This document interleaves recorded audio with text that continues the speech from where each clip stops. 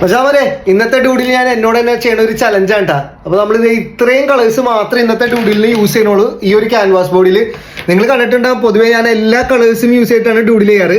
അപ്പോൾ ഞാൻ ഒന്ന് ലിമിറ്റ് ചെയ്ത് നോക്കിയതാണ്. അപ്പോൾ കണ്ടു കിട്ടാ നമുക്ക് ഈ കാണുന്ന ക്യാൻവാസ് ബോർഡിൽ ഒരു ഡൂഡിൽ ചെയ്തല്ല, ആരും പേടിക്കേണ്ട. ഈ സ്പീഡിലല്ലായിരിക്കട്ടെ ഇനി അങ്ങോട്ട് സ്പീഡ് കൂടിക്കോളും. ഞാൻ ഒരു നോർമൽ സ്പീഡ് എങ്ങനെയെന്ന് കാണിക്കാൻ വേണ്ടിയാണ്. ഞാൻ എപ്പോഴും പറയാറുണ്ട്, യൂഷ്വലി നമ്മൾ ഒരു പ്ലാൻ ഇല്ലാണ്ട് ചെയ്യണ ഒരു ഡൂഡിലാണെന്നുണ്ടെങ്കിൽ ഞാൻ യൂഷ്വലി അങ്ങനെയാണ് ചെയ്യാറ്. വേറെ റെഫറൻസോ കാര്യങ്ങൾ എടുക്കാൻ എനിക്ക് വലിയ താല്പര്യമില്ല. അങ്ങനത്തെ സന്ദർഭങ്ങളിൽ നമ്മളെപ്പോഴും ഒരു പേന അല്ലെങ്കിൽ മാർക്കർ വെച്ചിട്ട് സ്കെച്ച് ചെയ്യുക. അതാകുമ്പോൾ നമുക്ക് തെറ്റുമെന്നുള്ളൊരു ചിന്ത വരില്ല. അതേപോലെ തന്നെ തിരുത്താനായിട്ട് നമ്മൾ നോക്കൂല, ഉള്ളത് എങ്ങനെയാണോ അതേപോലെ തന്നെ അങ്ങോട്ട് സെറ്റാക്കും. അപ്പോൾ നമ്മൾ കളർ ചെയ്യാനായിട്ട് പോസ്റ്റ് കാർഡ് ഇത്രയും ലിമിറ്റഡ് കളേഴ്സ് മാത്രമേ യൂസ് ചെയ്യണുള്ളൂ. അതായത് ഓറഞ്ച്, പർപ്പിൾ, ബ്രൗൺ, യെല്ലോ അങ്ങനത്തെ ഒരു ഷെയ്ഡ് മാത്രം. എനിക്കൊരു പാലറ്റ് പിടിക്കണമെന്നൊരു ആഗ്രഹം ഉണ്ടായിരുന്നു. ഞാൻ ഇത്രയും നാൾ കയ്യിലുള്ള എല്ലാ പോസ്റ്റ് കാർഡ് മാർക്കേഴ്സിൻ്റെയും കളേഴ്സ് യൂസ് ചെയ്തിട്ടാണ്.